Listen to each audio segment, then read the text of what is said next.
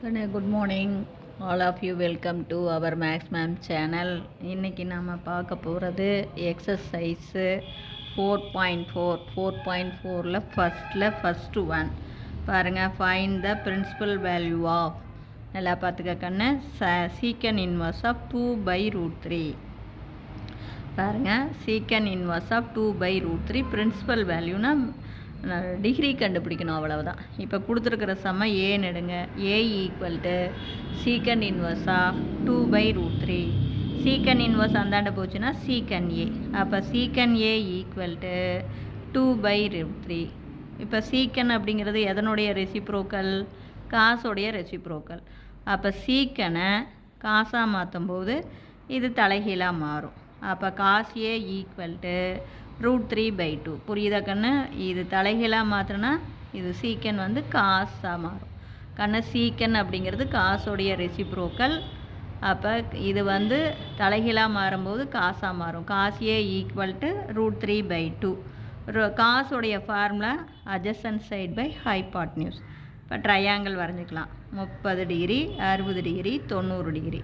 30க்கு opposite 1, அப்புறம் 60க்கு opposite √3, 90க்கு opposite 2. அப்போ இப்போ பார்த்தீங்கன்னா இப்போ √3 இங்கே √3 கையை வச்சிங்க. அட்ஜசன்ட்டில் என்ன ஆங்கிள் வருதுன்னு பாருங்கள் அடுத்த பக்கத்தை. அப்போ அட்ஜசன்ட்டில் 30 இருக்குது. அப்போ காஸ் 30 தான் என்ன, √3/2. இப்போ புரியுதா கண்ணு? காஸ் 30 கை வச்சு பாருங்கள், அட்ஜசன்ட் சைட் பை ஹைபாட்னியூஸ்.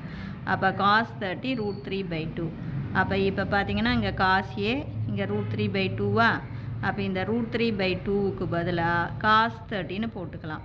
அப்போ காசும் நான் சொல்கிறது புரியுதா? அந்த √3/2க்கு பதிலாக காஸ் 30 போட்டுக்குங்க. அப்போ cos A equal to cos 30ன்னு வரும். காஸ் கேன்சல் ஆயிரும். அப்போ ஏ ஈக்குவல் டு 30. அப்போ ஏ 30 டிகிரி பிலாங்ஸ் டு 0, π மைனஸ் π/2. புரியுதா தங்கம்? இது வந்து இந்த இன்டர்வலில் இருக்கும். எதை தவிர? π/2. இந்த இன்டர்வலில் π/2 தவிர வேறு எல்லா ஆங்கிளும் இதில் இருக்கலாம்.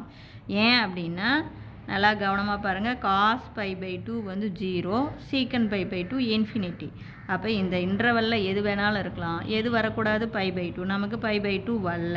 So A equal to 30 degree. 30 டிகிரியை π/6ன்னு எழுதலாம். π/6 கண்டிப்பாக இந்த இன்டர்வலில் இருக்கும். நான் சொல்கிறது புரியுதா? 4 ஸ்டெப்பு. கொடுத்துருக்கிற கணக்கு ஏன்னு எடுங்க.